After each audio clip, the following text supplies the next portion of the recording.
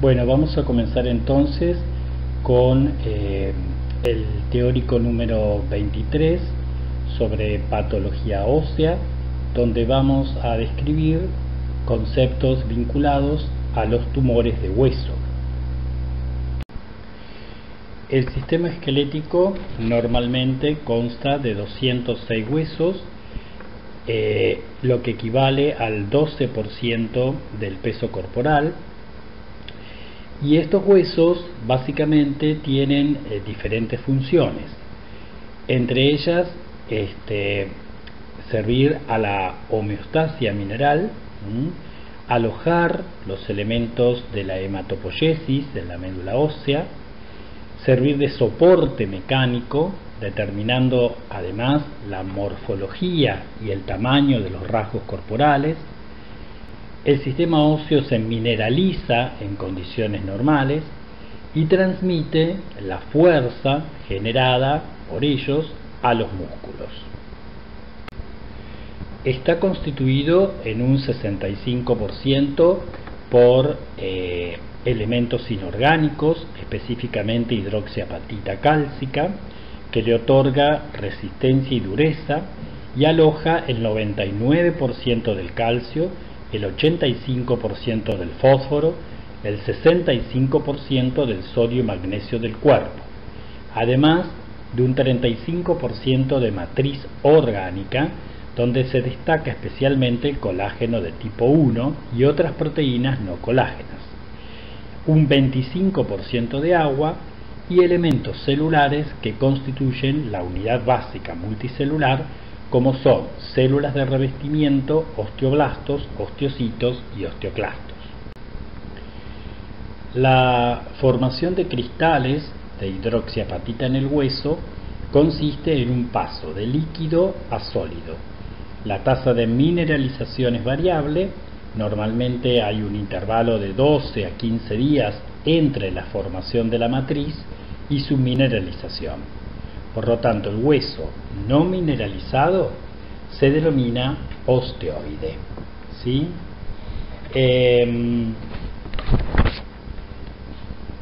Los procesos de formación y de resorción ósea están acoplados y de su resultado justamente depende el volumen que alcanza la masa esquelética.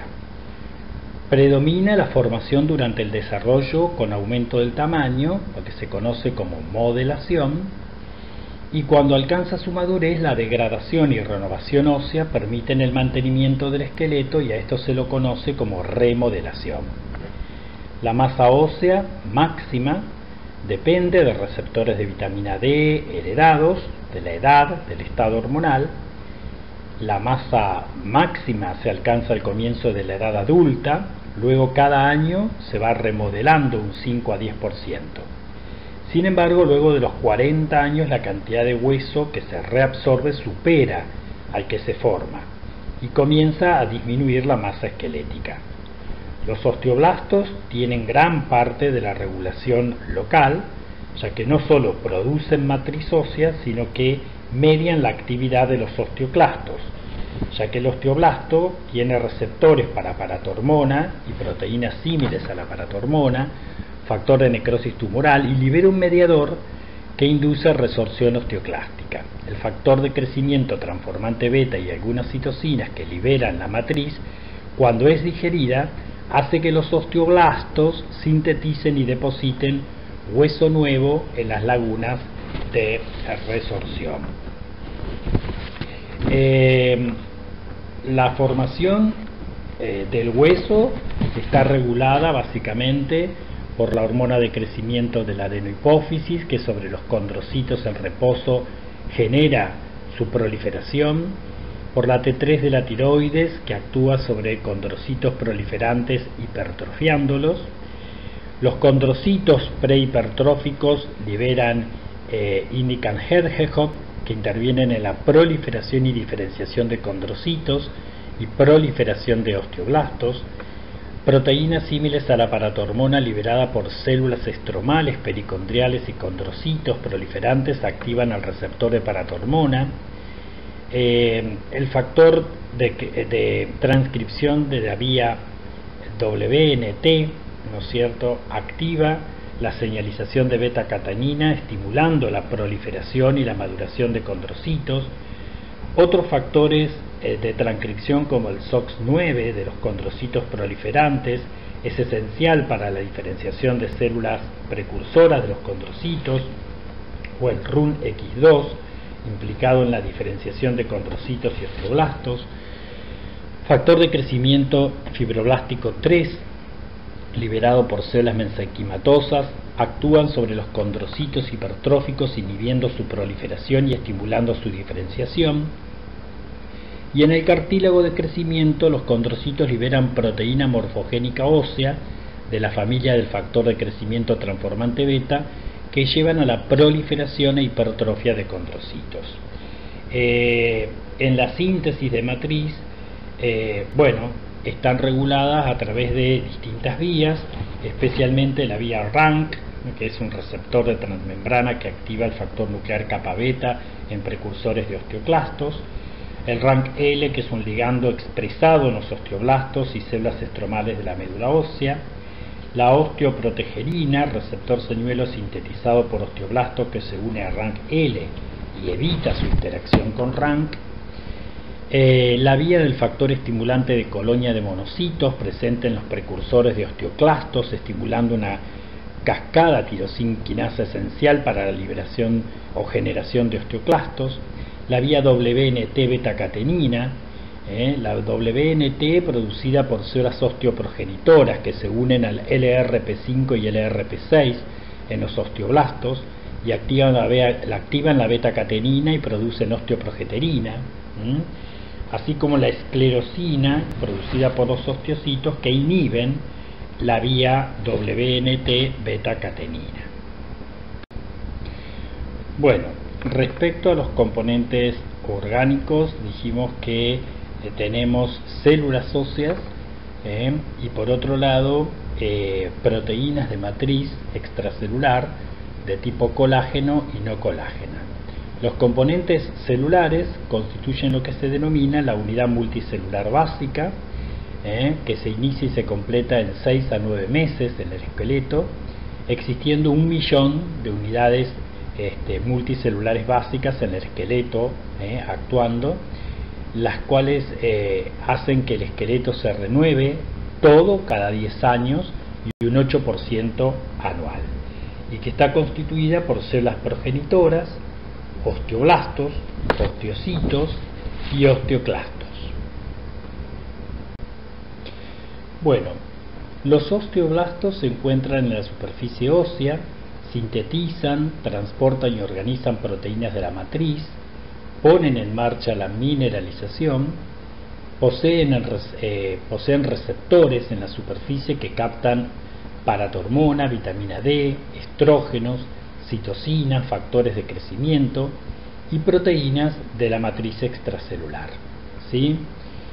Dentro de estas proteínas sintetizadas por los osteoblastos, especialmente se destaca el colágeno tipo 1, que equivale al 90% de las proteínas, formando la sustancia fundamental de la matriz, ya que el resto se corresponde con proteínas no colágenas.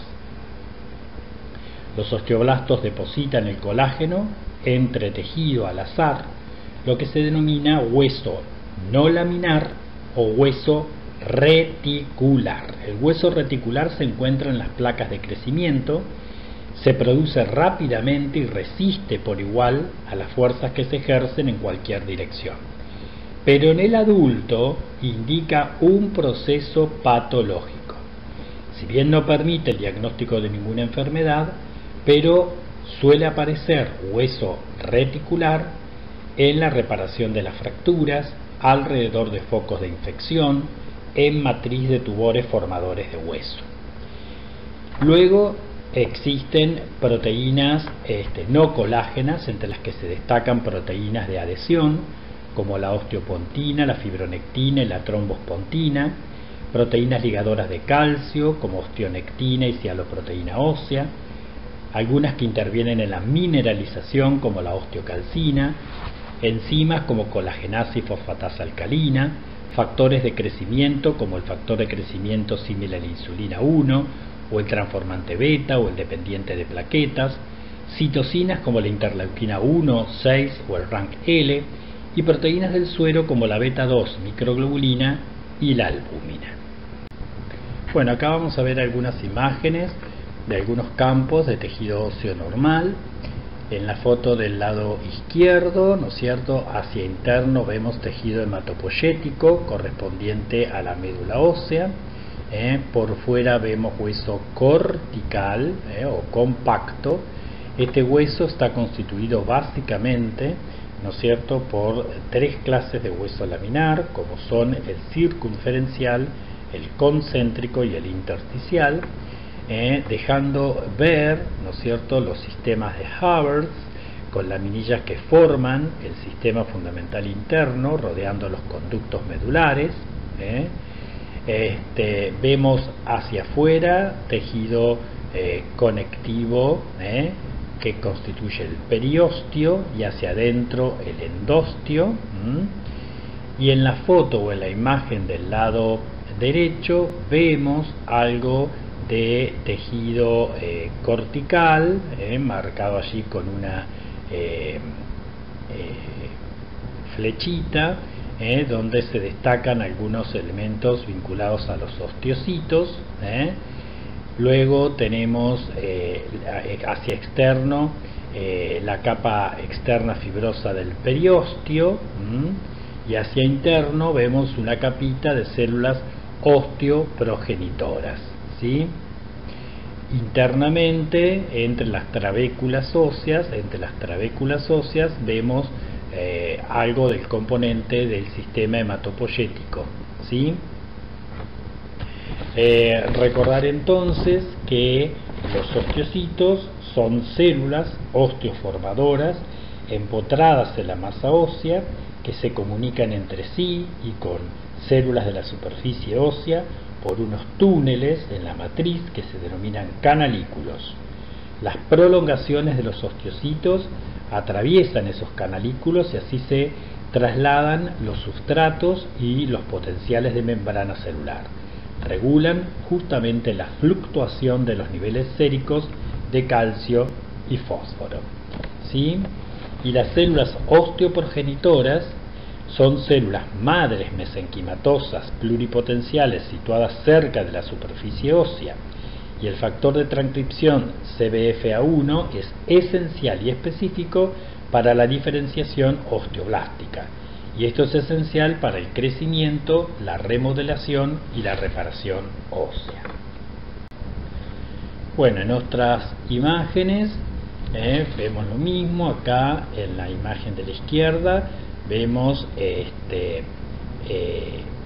parte del hueso compacto hacia afuera, y luego el hueso trabecular que constituye la esponjosa del hueso, dejando el sistema hematopoyético, la médula ósea, entre las trabéculas óseas. Vemos cómo esas trabéculas están tapizadas por células, en este caso aplanadas, no activas, que se corresponden con osteoblastos. Y en la imagen de la derecha, a mayor aumento, vemos claramente los osteoblastos que recubren esas trabéculas óseas, algunos elementos osteocíticos, que son esas células empotradas en el interior de la trabécula ósea,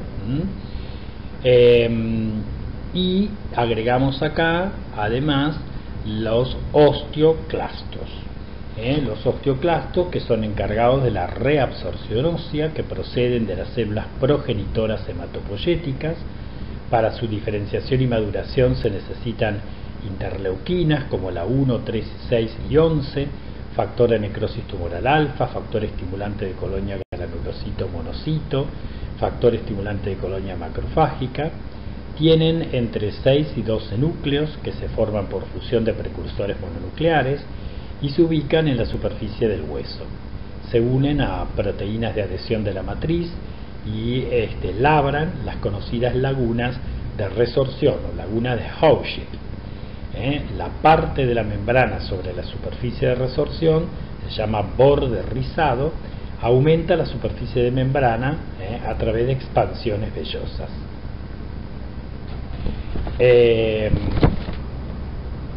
El plasmalema que bordea esta región cierra herméticamente el hueso para que no se escapen los productos de la digestión ósea.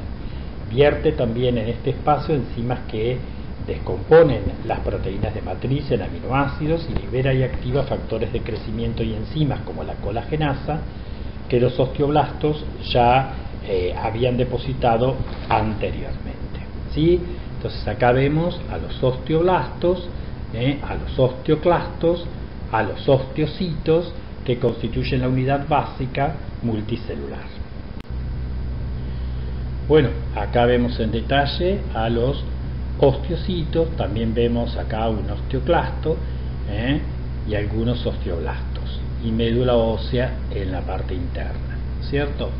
Y del lado derecho vemos la constitución de la osteona, rodeadas por líneas de cemento homogéneas, con los canales de Haber internos y conductos medulares, ¿sí?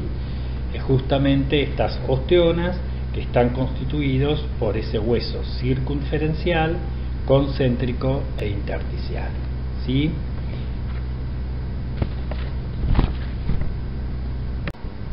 Bueno, acá de nuevo, ¿no es cierto?, una imagen en detalle del osteoclasto, que vemos cómo se unen a proteínas de adhesión de la matriz y labran las lagunas de resorción, conocidas como lagunas de Howship.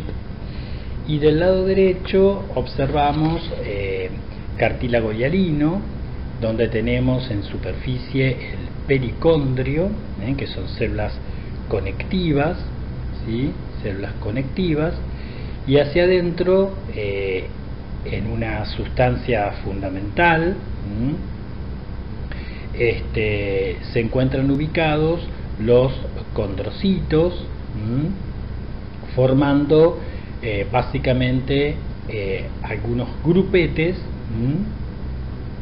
llamados grupos isogénicos de Renaud, constituyendo así el cartílago hialino. Bueno, comenzando con el tema entonces, la aparición de una masa o de un tumor óseo, ¿no es cierto?, tiene algunos síntomas comunes a destacar.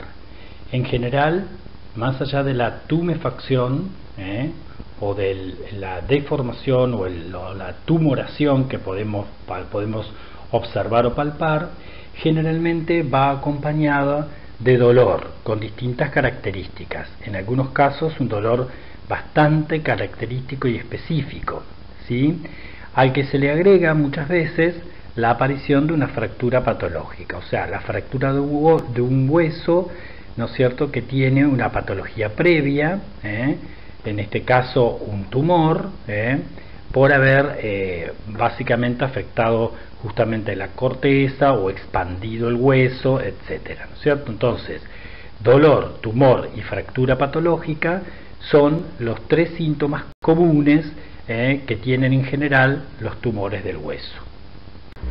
Bueno, para establecer el diagnóstico, además de la evaluación clínica y ver estos síntomas o signos que tenga el paciente, necesitamos sí o sí evaluar las imágenes a través de la radiología, la tomografía o la resonancia magnética nuclear. Y completando el trípode diagnóstico, para la confirmación necesitamos de biopsia. La biopsia puede hacerse a través de una punción con aguja fina de tipo aspirativo, especialmente para lesiones quísticas o lesiones líticas, o con trocar para lesiones sólidas o lesiones hiperdensas, utilizando el compás de Otto-Lenz para las punciones de cuerpos vertebrales, etc. Entonces, el trípode diagnóstico característico es clínica, imágenes, biopsia. ¿Qué debo conocer básicamente para empezar a razonar y generar un diagnóstico de certeza? Bueno, es muy importante tener en cuenta la edad del paciente, pues ya vamos a ver que hay tumores que son específicos de un rango etario determinado. Por supuesto, necesito saber el sexo. Ya vamos a ver que hay lesiones óseas tumorales que son más frecuentes en la mujer, a pesar de que la mayoría son más comunes en el hombre. Y debo destacar preferentemente, ¿no es cierto?, la localización.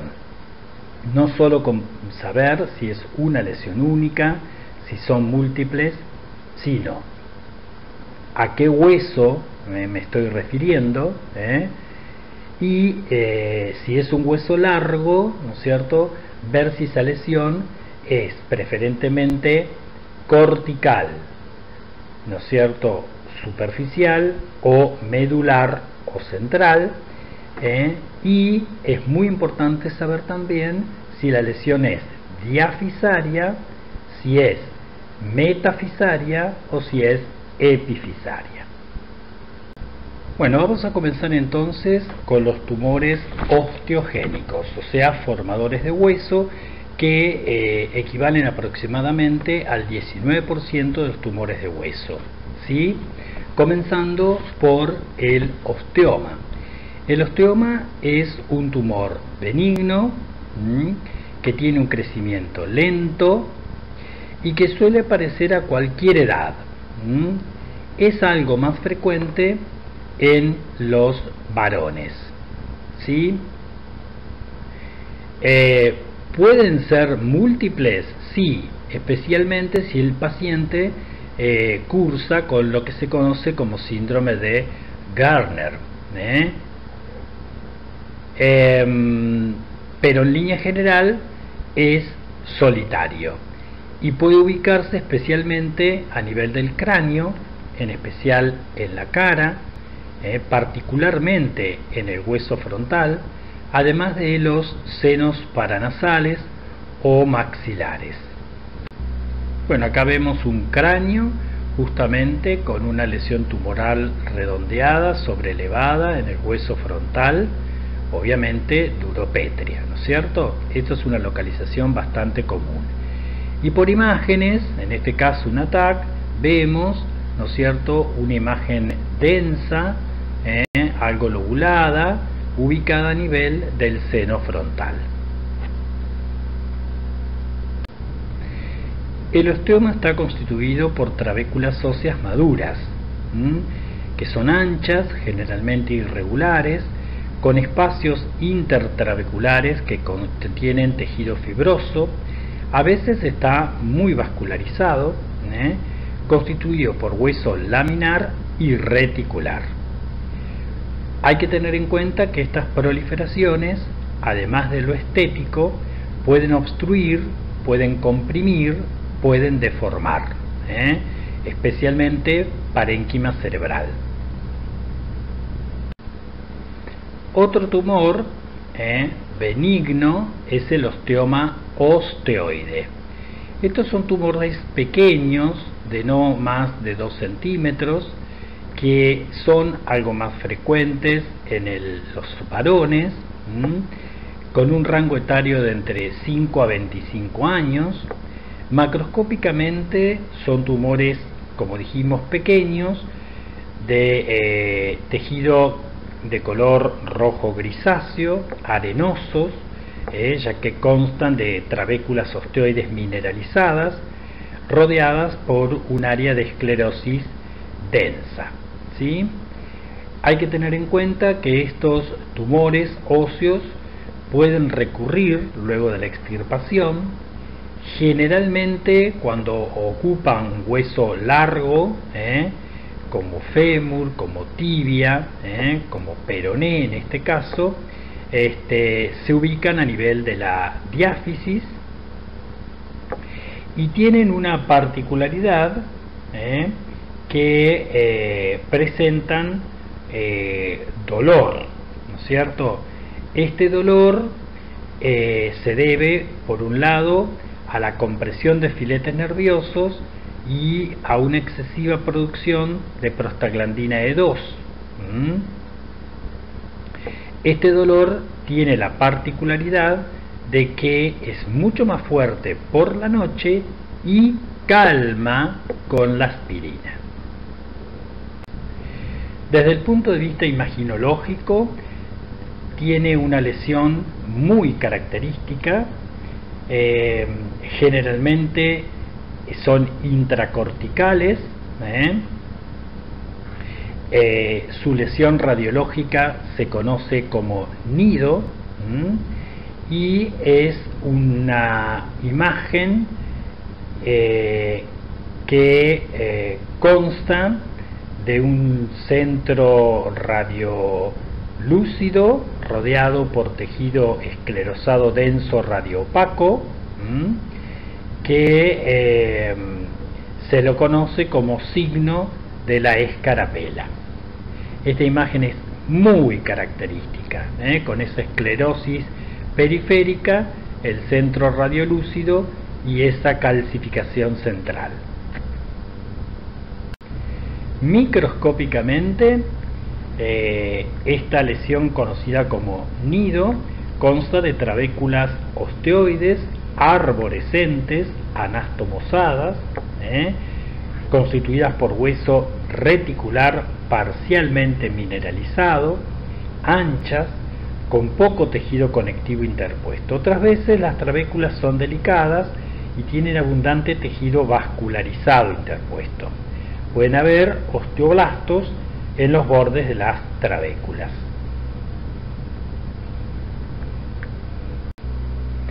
Mucho menos frecuente es el osteoblastoma. En este caso mostramos un osteoblastoma a nivel de la clavícula. También es un tumor benigno, pero la lesión es más grande que la del nido del osteoma osteoide. Este también se acompaña de dolor, pero el dolor es de tipo sordo y no calma con la aspirina. Estos tumores pueden recidivar, pueden transformarse, y suelen presentar como complicación osteomalacia. Desde el punto de vista imaginológico, estos pueden ubicarse específicamente en el tejido esponjoso, pero los hay corticales y los hay subperiósticos. Generalmente se los observa en las vértebras como lugar preferencial, ¿no es cierto? Y en huesos largos, en este caso, como por ejemplo el fémur. La lesión imaginológica es parecida a la del osteoma osteoide, pero no tiene o es muy discreta el área reactiva ósea circundante.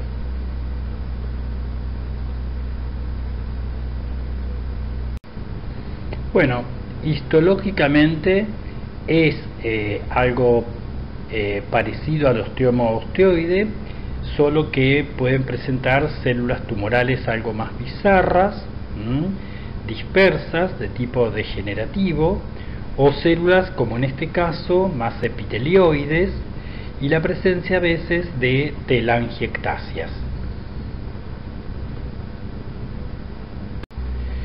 Bueno, como dijimos, ¿no es cierto?, el osteoma osteoide puede recidivar localmente, transformarse en una variante agresiva, que tiene osteoblastos epitelioides, como vemos acá, ¿sí?, y trabéculas un poco más anchas, a pesar de que el índice mitótico es bajo. Y dentro de los tumores malignos formadores de hueso debemos destacar el más importante, el más frecuente, que es el osteosarcoma, ¿sí? Como dijimos, el osteosarcoma es una neoplasia maligna, es la más frecuente de los tumores formadores de hueso, es algo más frecuente en el varón, en línea general, y los hay en un 75% de los casos primarios, o sea que se forman en huesos previamente normales, Estos suelen aparecer entre los 10 y los 25 años.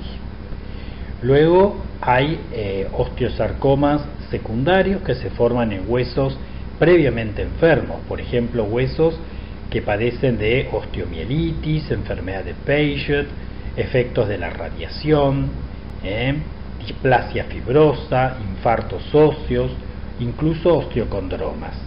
Generalmente aparecen en los adultos.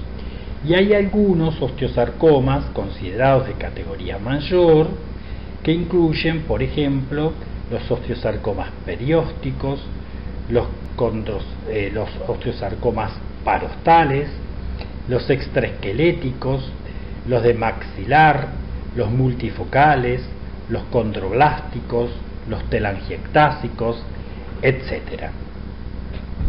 Los osteosarcomas generalmente son de tipo esporádico, los más frecuentes, vinculados básicamente a sobreexpresión de MDM2, que se une a P53 e inhibe sus funciones apoptóticas y de detención del crecimiento celular. Pero los hay también algunos vinculados a influencias genéticas, especialmente en los niños con retinoblastoma, que tienen mayor riesgo de hacer osteosarcomas asociados a mutaciones de RB y de P53. Bueno, saber que los osteosarcomas, en línea general, cuando afectan los huesos largos, son metafisarios. Y por orden de frecuencia, las localizaciones más frecuentes son a nivel inferior del fémur, superior de tibia, como vemos en este caso, superior de húmero y superior de fémur. Ahora, después de los 25 años pueden aparecer en los huesos planos o en otros huesos. Por ejemplo, en el maxilar, que siempre es osteosarcoma por el tipo de osificación intramembranosa. Desde el punto de vista macroscópico, son tumores blanco-grisáceos que pueden tener áreas de hemorragia y de quistificación, suelen invadir la médula, pueden atravesar la corteza e infiltrar los tejidos blandos.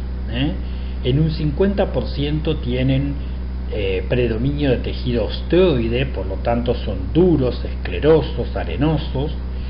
A veces en un 25% tienen diferenciación condroide y se tornan opalescentes de color azul grisáceo, y en un 25% son de tipo fibroblástico, similares a carne de pescado, típico de sarcoma. Pocas veces atraviesan la cápsula articular.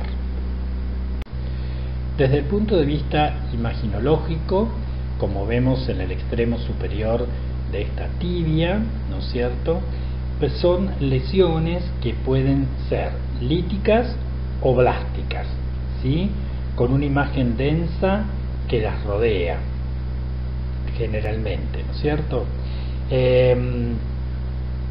El subtipo más frecuente en general es primario metafisario, solitario, intramedular, poco diferenciado, y se caracterizan, a pesar de que no es patognomónico del osteosarcoma, a veces por la aparición de lo que se conoce como triángulo de Codman.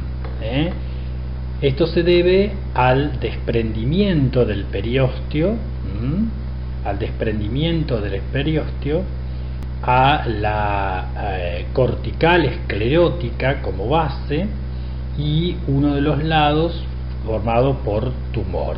Entonces, como base tenemos la cortical esclerótica, uno de los lados del triángulo corresponden al desprendimiento perióstico y el otro lado es tumor. Es muy importante detectar esta imagen del triángulo de Codman porque no se debe punzar a través del mismo, porque es muy probable, ¿no es cierto?, que puncemos hueso reactivo.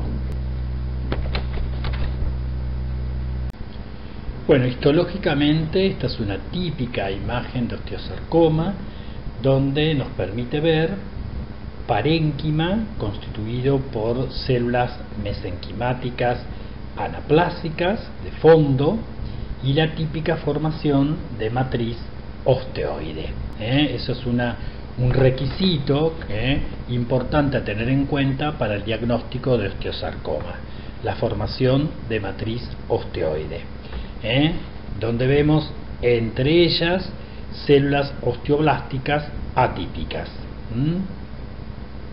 Podemos encontrar algunas células gigantes de tipo osteoclástico, vascularización escasa o formación de conductos, a veces cavernosos telangiectásicos en algunas variantes.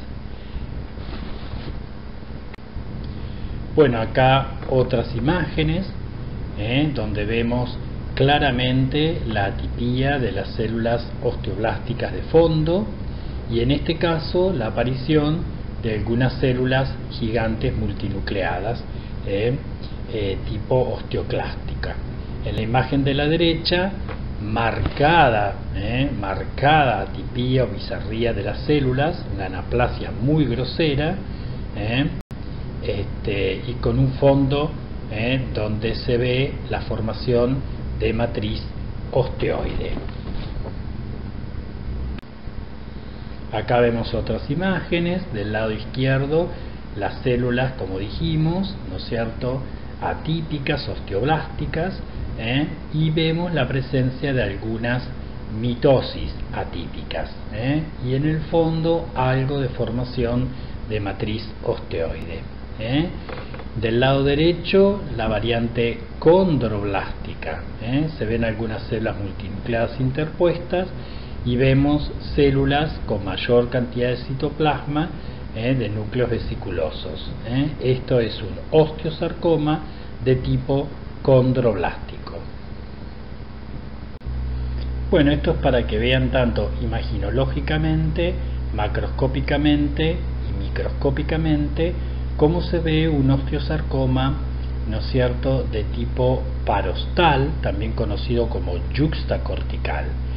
Estos son algo infrecuentes, pero se presentan a mayor edad que la variante convencional, entre los 30 y los 50 años, y son más frecuentes en las mujeres el osteosarcoma parostal o yuxtacortical. Generalmente es metafisario, afecta huesos largos, en especial alrededor de la rodilla, en especial sobre el hueco popliteo, tienen un crecimiento lento y se ven como masas lobuladas que pueden penetrar la médula y tener satelitosis, ¿sí?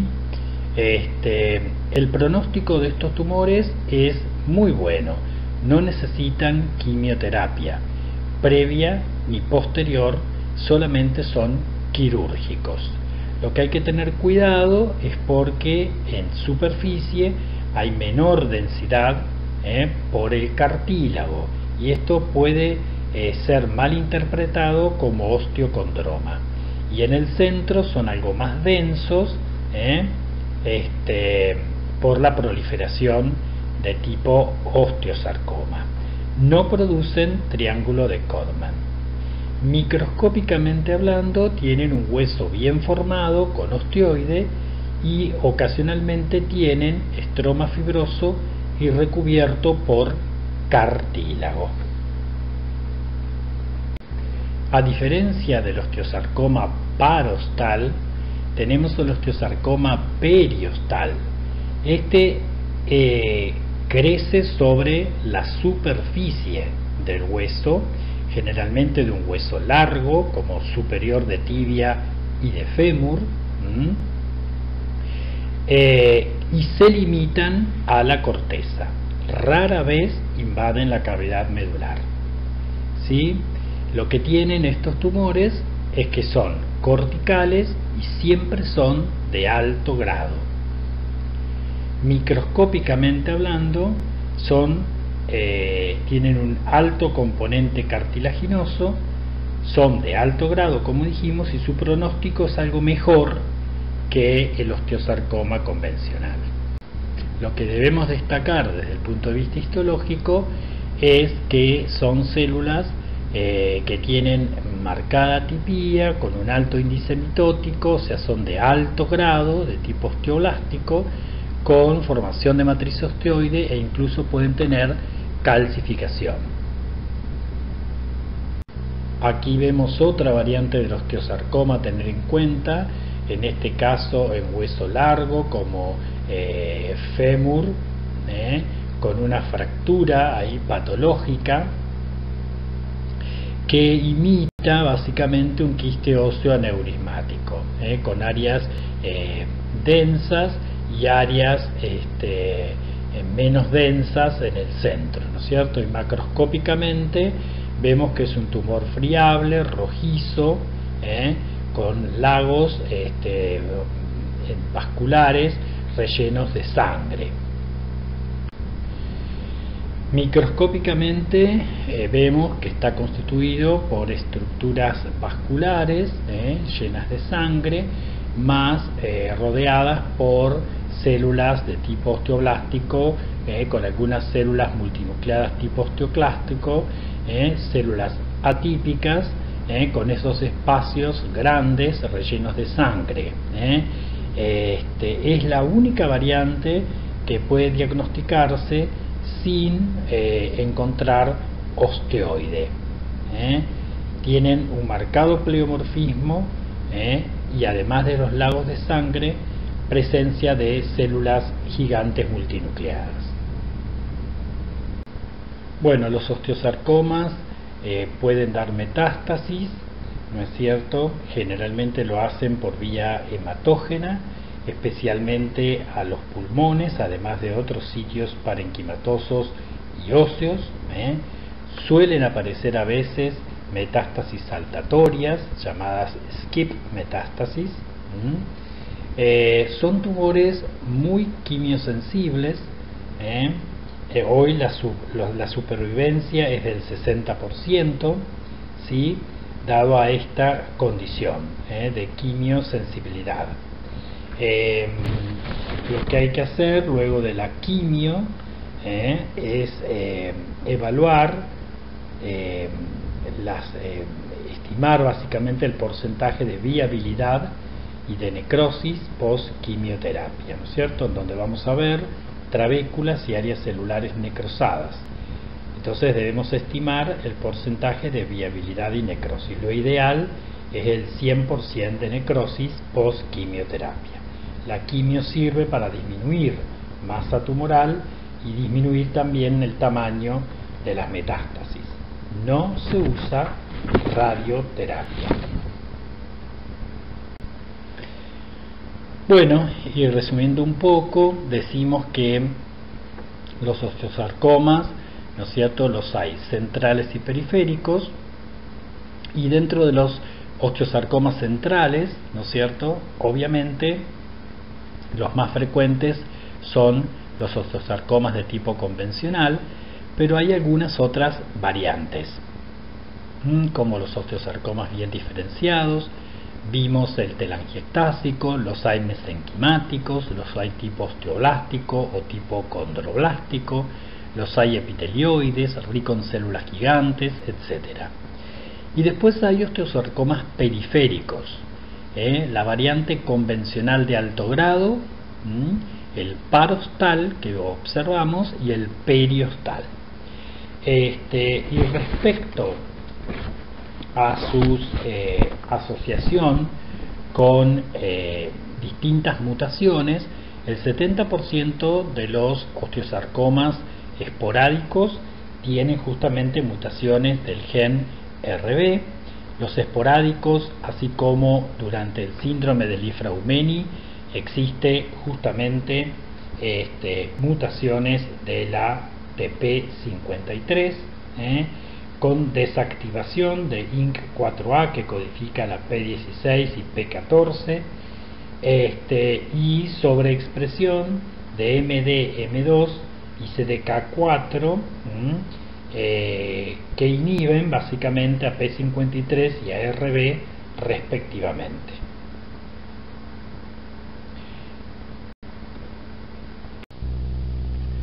Bueno, ahora vamos a ver tumores de origen condrogénico, que son el 22%, empezando por la forma más benigna, que se denomina osteocondroma. Los osteocondromas son lesiones que consisten en proyecciones óseas en forma de hongo que están cubiertas por cartílago en la superficie cortical de los huesos. Pueden aparecer en cualquier hueso que se desarrolla a partir de cartílago, o sea, de origen endocondral.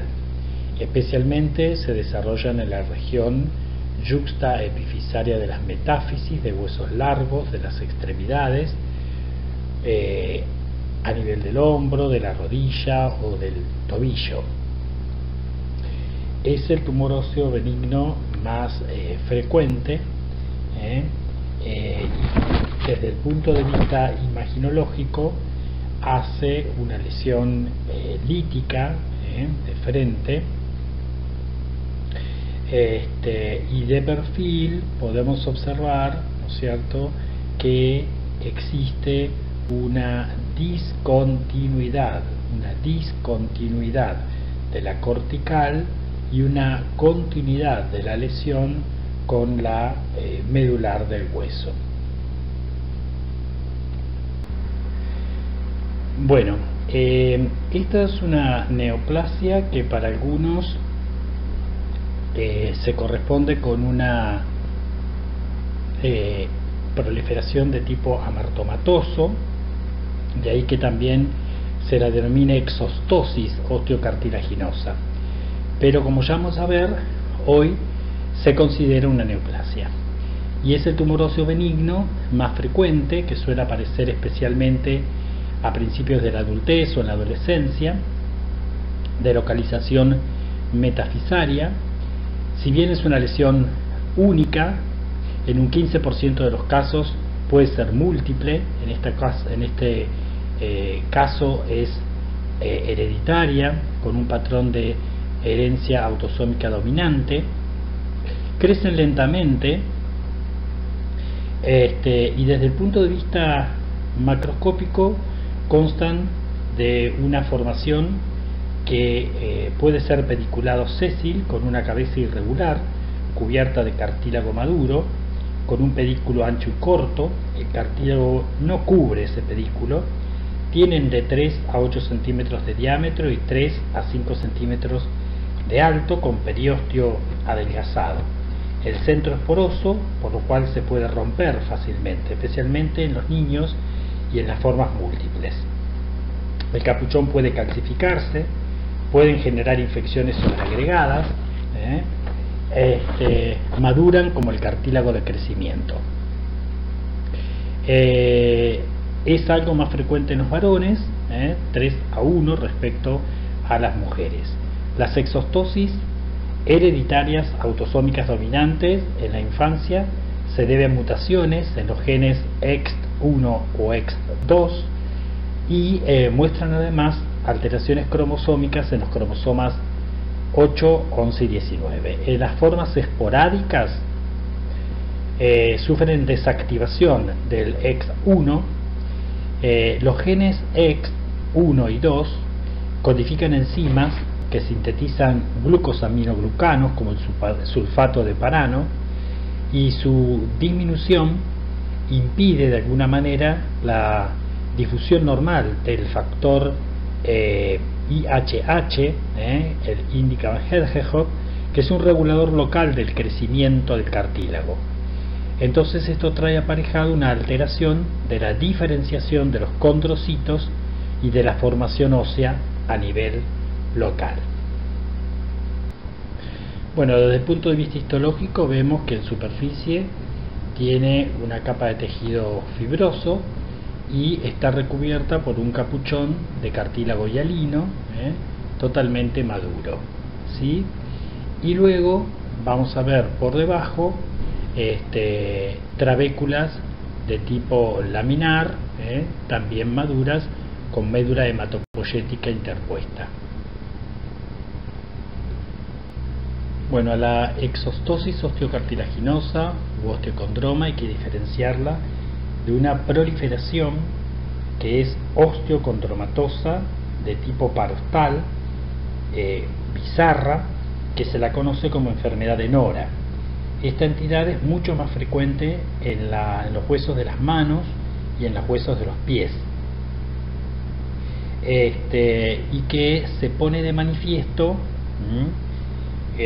con nódulos de tipo condroide irregulares, con presencia de cartílago azul y una matriz condroide con núcleos bizarros.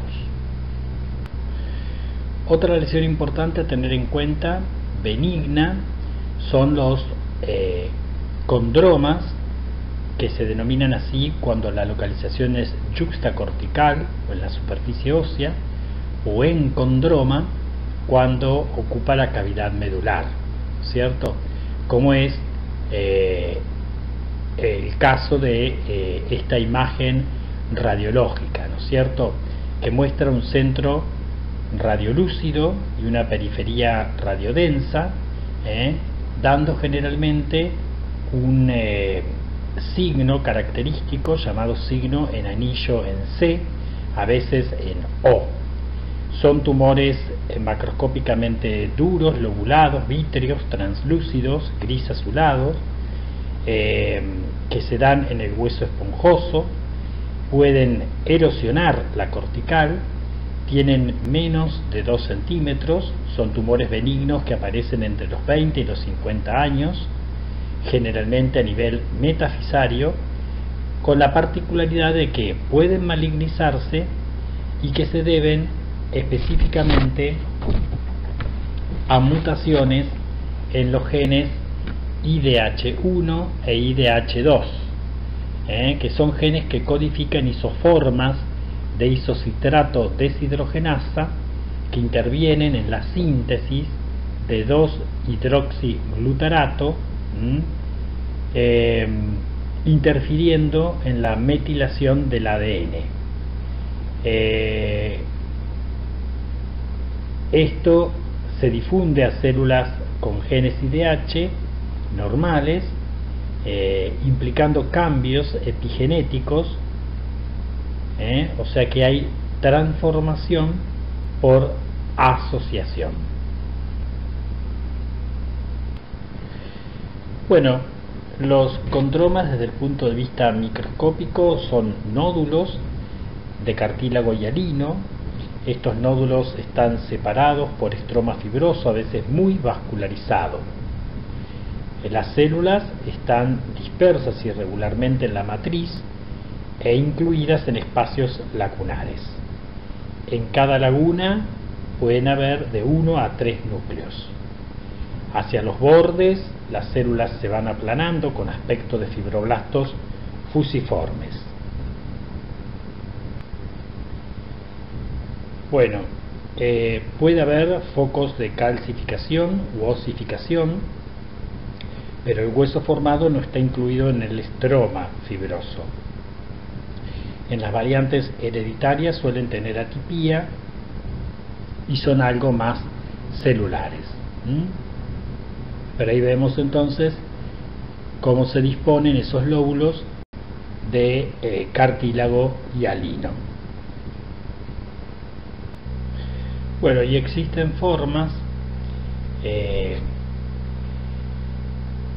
múltiples, denominándose esto encondromatosis o enfermedad de Ollier, cuando se acompañan con hemangiomas cutáneos de tipo células fusiformes, pudiendo tener las pacientes carcinomas de ovario, incluso gliomas cerebrales. Se lo conoce como síndrome de Maffucci. Por supuesto, son más frecuentes en los huesos pequeños de las manos y de los pies. Pueden aparecer también en la pelvis, en el cráneo y en los huesos largos. Su erosión puede ocasionar dolor y tumefacción, y en los huesos largos pueden malignizarse, pero no es lo más frecuente. Otro tumor que se origina del tejido cartilaginoso y benigno es el condroblastoma, que es poco frecuente. Se lo confunde muchas veces con los osteosarcomas o con los condrosarcomas o con los tumores de células gigantes. Generalmente aparecen en las epífisis en individuos de 10 a 20 años, algo más frecuentes también en el varón, 2 a 1. Suelen aparecer también en relación a las apófisis, y por expansión pueden erosionar la corteza y extenderse al cartílago articular o a la placa epifisaria. Presentan una calcificación delicada. Macroscópicamente son lesiones grisáceas a amarillo-parda, generalmente en los huesos tubulares, menos frecuentemente aparecen en la pelvis, en los omóplatos, en las costillas o en el calcáneo. Pueden presentar hemorragias, quistificación, depósitos de calcificación, y no tienen más de 5 centímetros. Bueno, acá vemos algunas imágenes en la epífisis inferior de fémur, una lesión osteolítica de tipo excéntrica, de bordes bien delimitados, parcialmente escleróticos. O también podemos verlo en la epífisis proximal de tibia, con algo de extensión a la metáfisis, de bordes bien delimitados. O, como en la otra imagen, una lesión osteolítica en la epífisis proximal del húmero, con discreta extensión a la metáfisis. Repetimos, entonces, tiene bordes escleróticos y bien delimitados. Bueno, desde el punto de vista histológico, presentan capas de células redondeadas a ovales, con núcleos voluminosos, con notables nucléolos, denominadas condroblastos. En algunas áreas se pueden tornar algo fusiformes, como ya veremos, semejantes a fibroblastos. Y en este fondo muy celular suele haber generalmente células gigantes de dos tipos: multinucleadas pequeñas y voluminosas símil osteoclastos. Además, se destaca una matriz condroide malformada en islotes entre las células, con una calcificación característica denominada en patrón en alambre de gallinero. Pueden sufrir degeneración quístico-hemorrágica y tener actividad mitótica importante. Bueno, acá vemos otros campos donde podemos ver a veces esta disposición de playas de células con núcleos algo más elongados o más fusiformes, ¿sí? Y la aparición, como dijimos, de algunas células gigantes, en este caso multinucleadas pequeñas. Bueno, pasamos ahora a ver un tumor poco frecuente, es el más raro de todos los tumores cartilaginosos, más común en los varones entre 20 y 30 años, de localización generalmente metafisaria, en la porción inferior de fémur o superior de tibia, en la extremidad inferior de peroné, puede aparecer en huesos pequeños del pie. Nace de forma excéntrica dentro de la cavidad medular y causa erosión progresiva de la corteza. Suelen tener dolor sordo y macroscópicamente tienen una consistencia tipo caucho, son de color gris blanquecino y miden aproximadamente entre 3 y 8 centímetros. Es el fibroma condromixoide. Bueno, acá vemos una localización en la porción inferior de fémur, observándose una lesión radiolúcida central que suele erosionar la cortical en forma completa. Esa lucidez es excéntrica y está separada del hueso vecino por un halo de esclerosis. Bueno, es un tumor constituido por tejido mixomatoso, formado por fibroblastos fusiformes y células estrelladas y zonas de tejido fibroso, colágeno denso. Puede haber transformación hacia cartílago.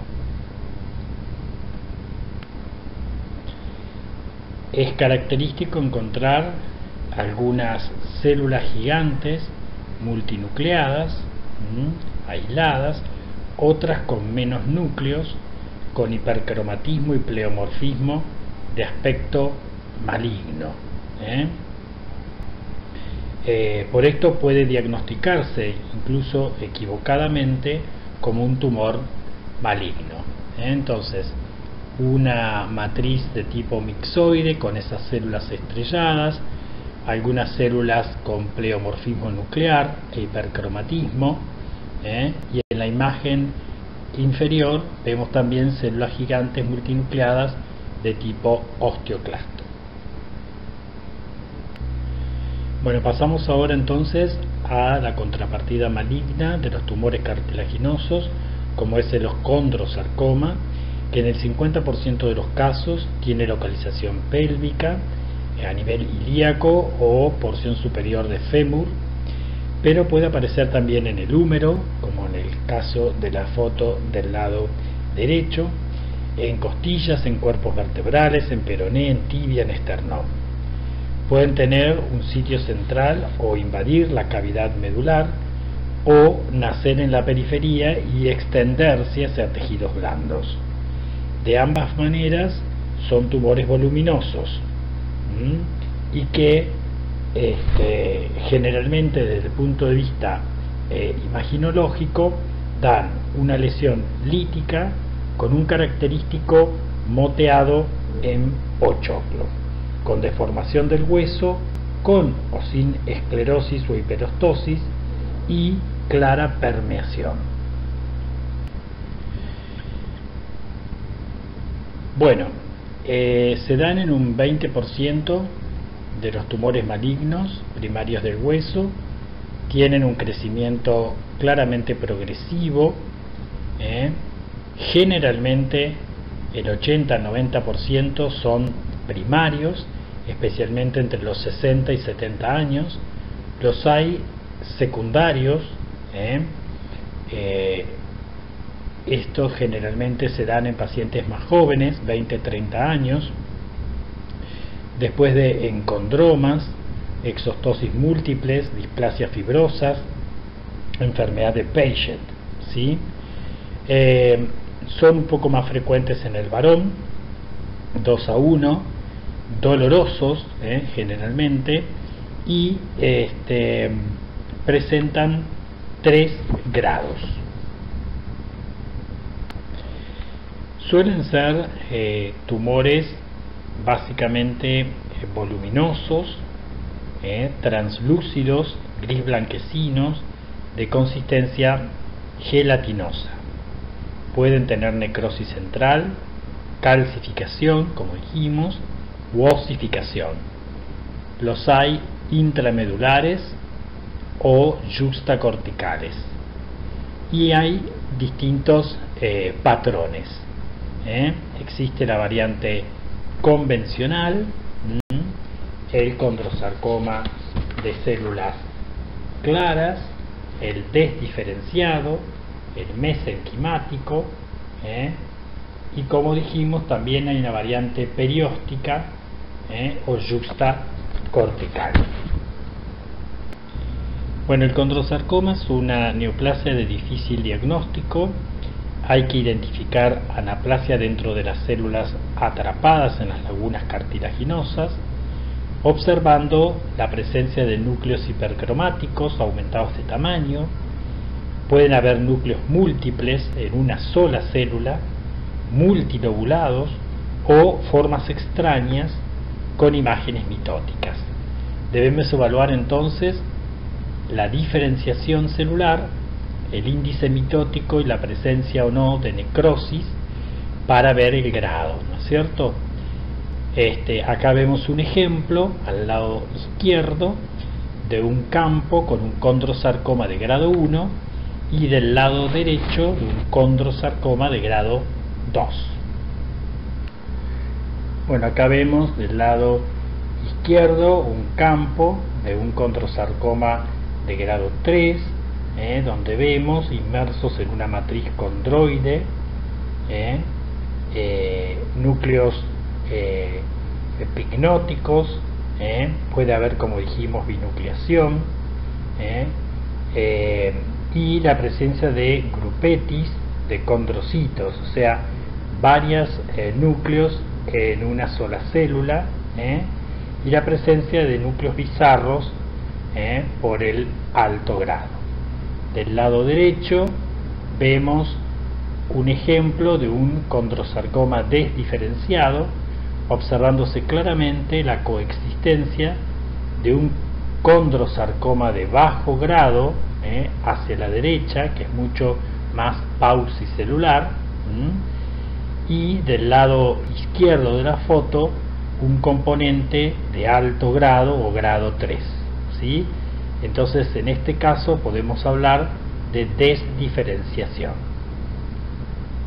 Esto simplemente es para que veamos algunos ejemplos de variedades de condrosarcomas, como podemos observar del lado izquierdo, estos condrocitos totalmente atípicos, con núcleos hipercromáticos, pero células ópticamente vacías, totalmente claras, correspondientes entonces al condrosarcoma de células claras.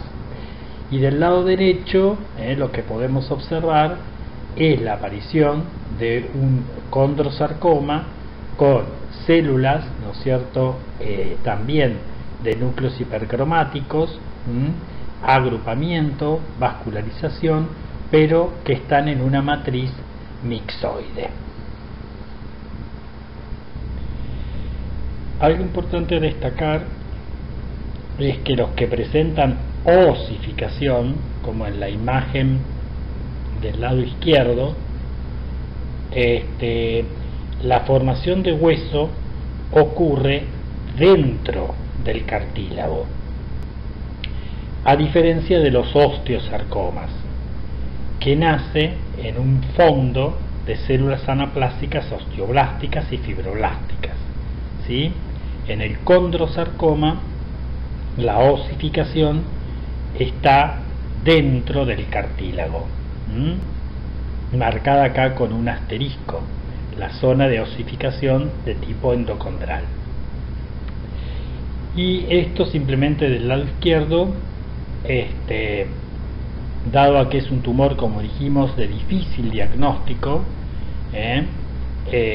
muchas veces nos tenemos que apoyar en la inmunistoquímica, y las células correspondientes al condrosarcoma, o sea los condrocitos, son positivos para la proteína S100.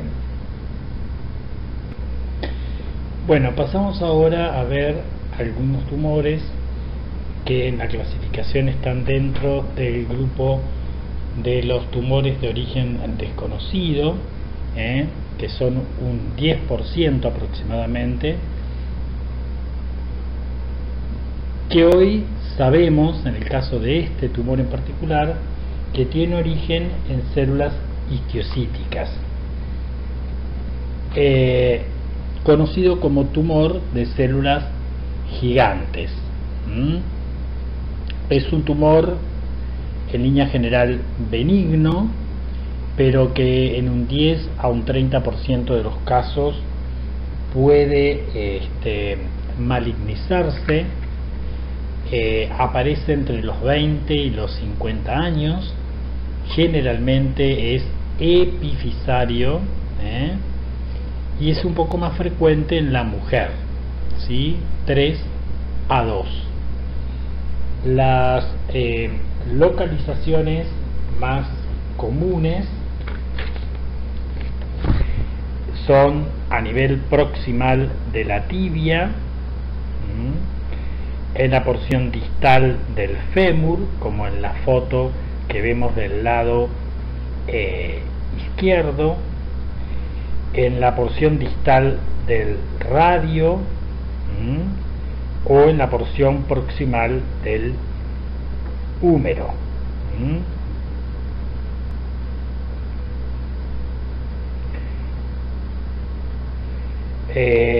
Estos tumores pueden generar recidivas locales en un 30% de los casos e incluso dar metástasis en un 2%. En general no se gradúan porque son tumores impredecibles. Pueden dar metástasis a pulmón con corticalización, si bien es poco frecuente, y generan básicamente una lesión lítica sin moteado en el interior, bien delimitada, sin un reborde escleroso característico. Generalmente es una imagen excéntrica que puede incluso romper la cortical y acompañarse de triángulo de Kottler, y generalmente es epifisaria. Bueno, macroscópicamente dijimos que nacen en las epífisis, pueden aparecer en la metáfisis, pueden atravesar el cartílago articular y llegar a la cavidad articular, generando síntomas de artritis o incluso fracturas patológicas. Más del 50% se localiza cerca de la rodilla. Puede aparecer a nivel también del peroné, proximal de radio, distal de cúbito, húmero, sacro, vértebra. Generalmente son lesiones solitarias, si bien pueden ser múltiples o multicéntricas. Comienzan generalmente en la región esponjosa, expanden la corteza y la erosionan hasta poder llegar a tejidos adyacentes. Tienen un color característico rojo pardo, con áreas de hemorragias, quistificación y necrosis. Y recordemos, tienen conducta biológica imprevisible. Bueno, desde el punto de vista histológico, ¿no es cierto?, es un tumor constituido por células regordetas, fusiformes u ovoideas, con un aspecto mesenquimatoso. Pueden haber focos de necrosis, de hemorragia, incluso depósitos de hemosiderina y formación de tejido osteoide. El estroma es el que rige el comportamiento clínico del tumor, o sea, todos los grados de atipía. Además encontramos células gigantes, ¿sí? Ahora bien, las células gigantes expresan rank L, ya que las células neoplásicas, que son las que están en el fondo del tumor, esas que describimos previamente, expresan rank L, que estimula la proliferación de precursores osteoclásticos, generándose la diferenciación a osteoclastos mediados por rank. Estas células gigantes multinucleadas le dan el nombre de osteoclastoma. Pero hay que destacar que las células gigantes multinucleadas no son el elemento neoplásico dentro de estos tumores, sino las células mesenquimatosas mononucleares semejantes a fibroblastos del fondo, que son las que rigen la evolución biológica de estas lesiones. Otro tumor de este grupo es el llamado quiste óseo aneurismático, que es un tumor benigno, que desde el punto de vista imaginológico da una lesión expansiva excéntrica, de bordes nítidos, con hueso generalmente reactivo periférico, ¿sí? Con una característica balonización de la cortical, de localización diafisaria en línea general, con localizaciones características a nivel de fémur, de tibia, de húmero, de columna. En este caso vemos a nivel del peroné. Y la resonancia magnética nos muestra siempre los típicos niveles de sedimentación de la sangre, como vemos en esta imagen, en la porción distal del fémur. Bueno, como dijimos, son tumores benignos constituidos básicamente por espacios quísticos con sangre, tabicados, que crecen rápidamente y expanden el hueso. Se dan preferentemente en la segunda década, como dijimos, en los huesos largos o en las vértebras. Cursan con tumefacción y dolor, y están asociados a la translocación de 16-17P, que implica un aumento de la actividad de una enzima desubiquitizante, como es la CDH11 USP6.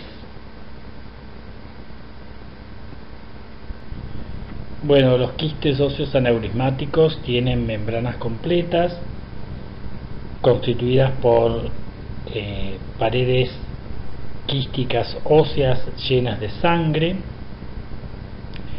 y tabiques delgados pardos. Esas paredes constan de fibroblastos grandes con actividad mitótica.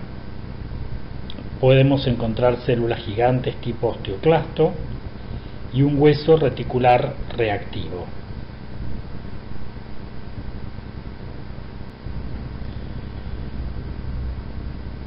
Bueno, el hueso tapizado de osteoblastos sigue los contornos de los tabiques fibrosos. En un tercio de los casos podemos encontrar matriz de tipo cartilaginoso, o condroide, como en la imagen de la derecha, u osteoide, como en la imagen de la izquierda. Es infrecuente la necrosis, salvo cuando hay fracturas patológicas previas. Si observamos generalmente células gigantes multinucleadas, vasos y fibrina muchas veces. Bueno, ahora pasamos a otra lesión que es muy frecuente, que se conoce como defecto cortical fibroso o metafisario, o también llamado granuloma histiocitario xantomatoso, que aparece generalmente en la porción distal del fémur, como vemos ahí, o en otro caso en la porción proximal de la tibia. Puede aparecer en el omóplato, generando una lesión lítica, generalmente metafisaria, con un reborde escleroso. Estas lesiones suelen aparecer en los adolescentes, especialmente en los huesos, como dijimos, tubulares.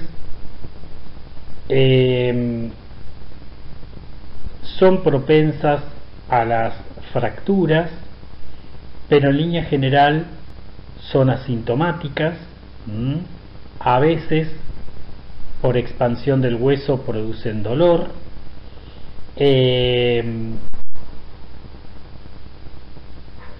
No reciben ningún tipo de tratamiento, pero como son propensas a las fracturas, deben controlarse. Llegado el caso, se realizan curetajes y rellenos. Cuando estos defectos fibrosos metafisarios son corticales, se lo conoce como enfermedad de Caffey. Macroscópicamente es una lesión granular marrón rojiza.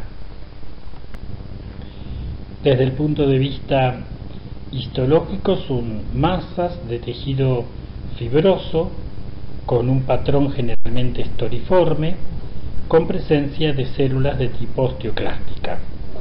Cuando tienen un componente intramedular, se los conoce como fibromas no osificantes.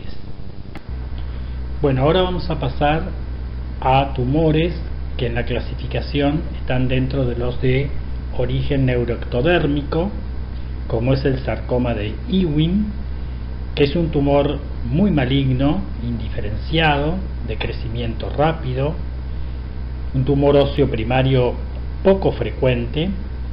Se lo considera originado en la médula ósea, si bien se desconoce su histogénesis. El 90% aparece en niños de 10 a 15 años, algo más frecuente es en el varón, 2 a 1, especialmente en la raza blanca. Y que desde el punto de vista imaginológico,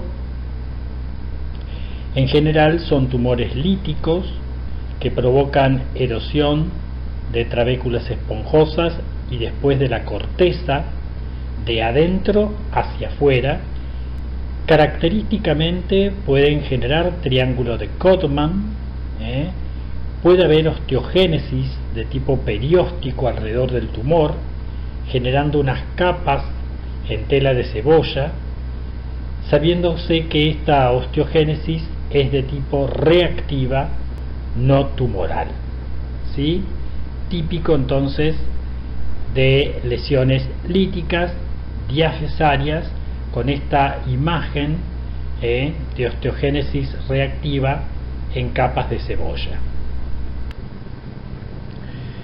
Bueno, el sarcoma de Ewing, como dijimos, son lesiones generalmente diafisarias que se desarrollan en el fémur, en la tibia, en el húmero, pudiendo aparecer además en el ilíaco o a nivel de la columna. Nacen en focos unicéntricos, aunque a veces son multicéntricos. Es más frecuente en los huesos largos. En el 50%, como dijimos, son diafisarios. Si bien hay muchos que comienzan en la metáfisis, pero el origen es diafisario, y abarcan la cavidad medular.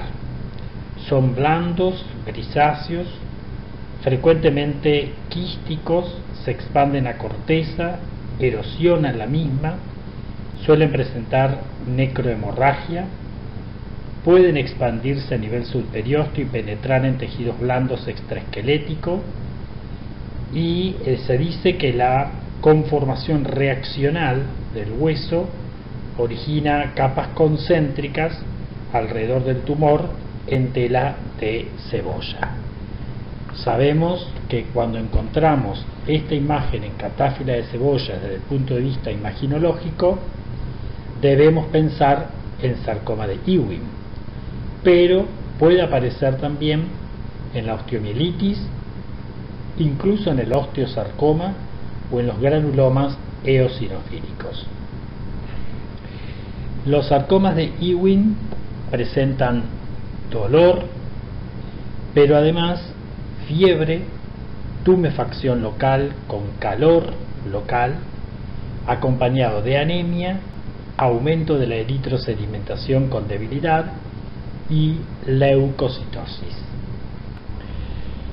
Bueno, microscópicamente son muy indiferenciados y coexisten láminas pequeñas de células redondas a ovales, a veces fusiformes, con núcleos destacados y citoplasma poco notable, o sea, células pequeñas más bien. Los núcleos son bastante uniformes, hay pocas imágenes mitóticas, pueden tener grandes áreas necróticas por exceder su riego sanguíneo. En general son tumores positivos para la técnica del PAS y pueden mostrar a veces rosetas de Hammer-Wright, que son células tumorales alrededor de espacios fibrilares centrales. Están asociados generalmente a la translocación 11-22. Bueno, y derivado de restos notocordales, vamos a ver unos tumores malignos de bajo grado o de grado intermedio, raros. El 90% ocurren en zonas basiesfenoidales, en este caso una imagen por resonancia magnética densa a nivel del clivus o a nivel sacrococcigio, pero pueden aparecer en cualquier sitio a lo largo de la columna vertebral. El 60% ocupan el sacro, el 25% a nivel occipito esfenoidal, el 10% a nivel de la columna cervical y el 5% en la columna tóraco-lumbar.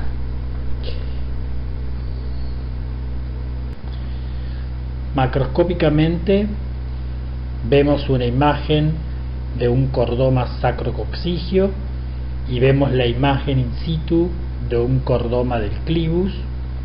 Son masas gelatinosas, blandas, grises, que invaden lentamente. Estos tumores rara vez metastatizan. Desde el punto de vista histológico, podemos ver desde células fusiformes semejantes a los fibrosarcomas hasta cuadros que consisten en células de aspecto similar a las células cebadas, grandes, epitelioides, en acúmulos o en láminas. Hay moco generalmente intracelular y extracelular.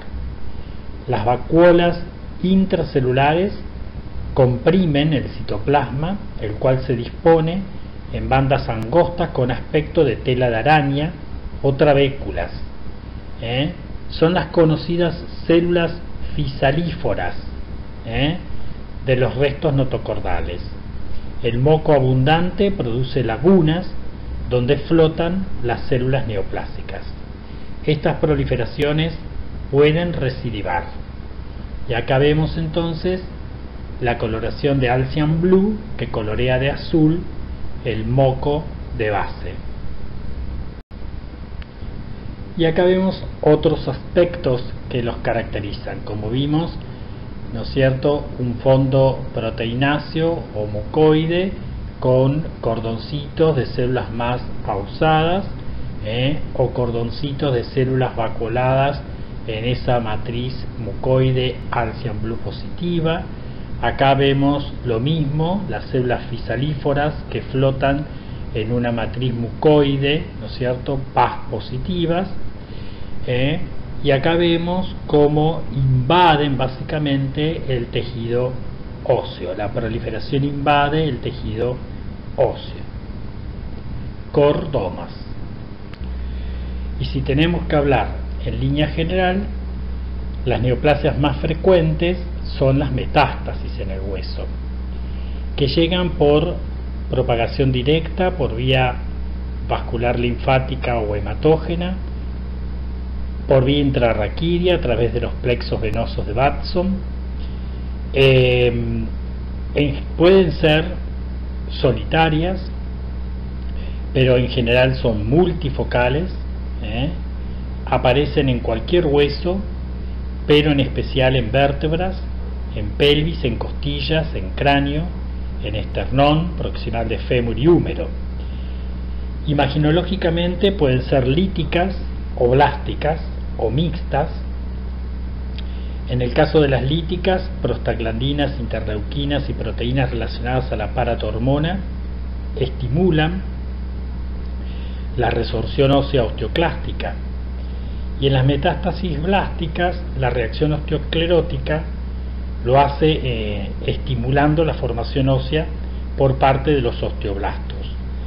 Las típicas lesiones osteoblásticas de próstata tienen que ver o están asociadas a la liberación de la proteína WNT.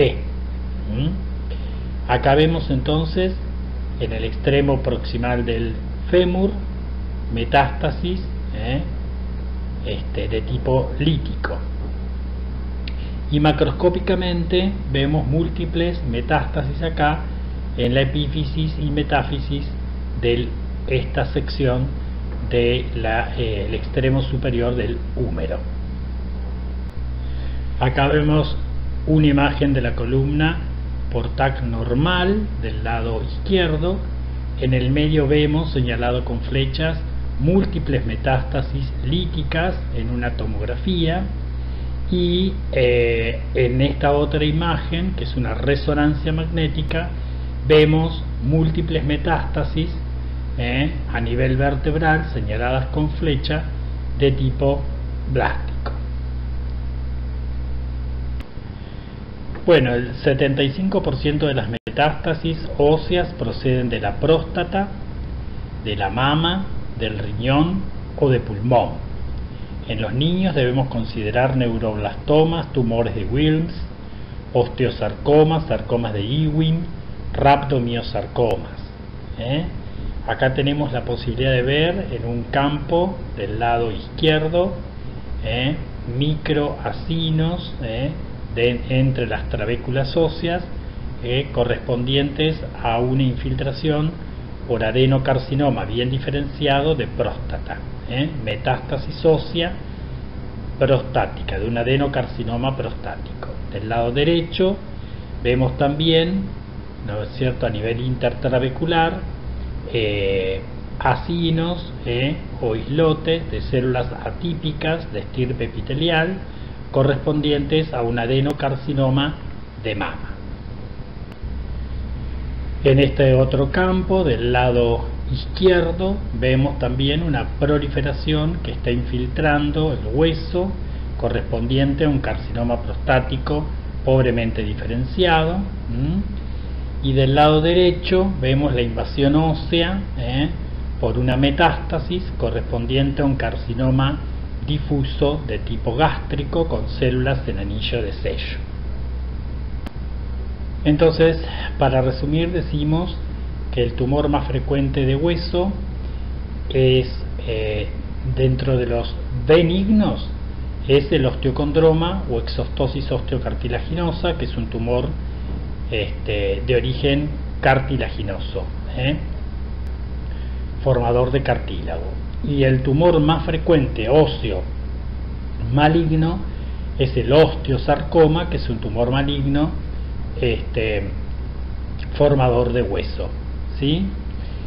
Pero debemos tener en cuenta que aquí se está dejando de lado al mieloma múltiple, que si lo consideráramos es el tumor óseo más frecuente de los primarios dentro de los tumores hematopoyéticos. Pero como es un tumor justamente hematopoyético que nosotros hemos descrito y estudiado en el capítulo de linfomas, no lo consideramos, ¿no? Pero en realidad es un tumor que se origina en la médula ósea y se corresponden con el 40%.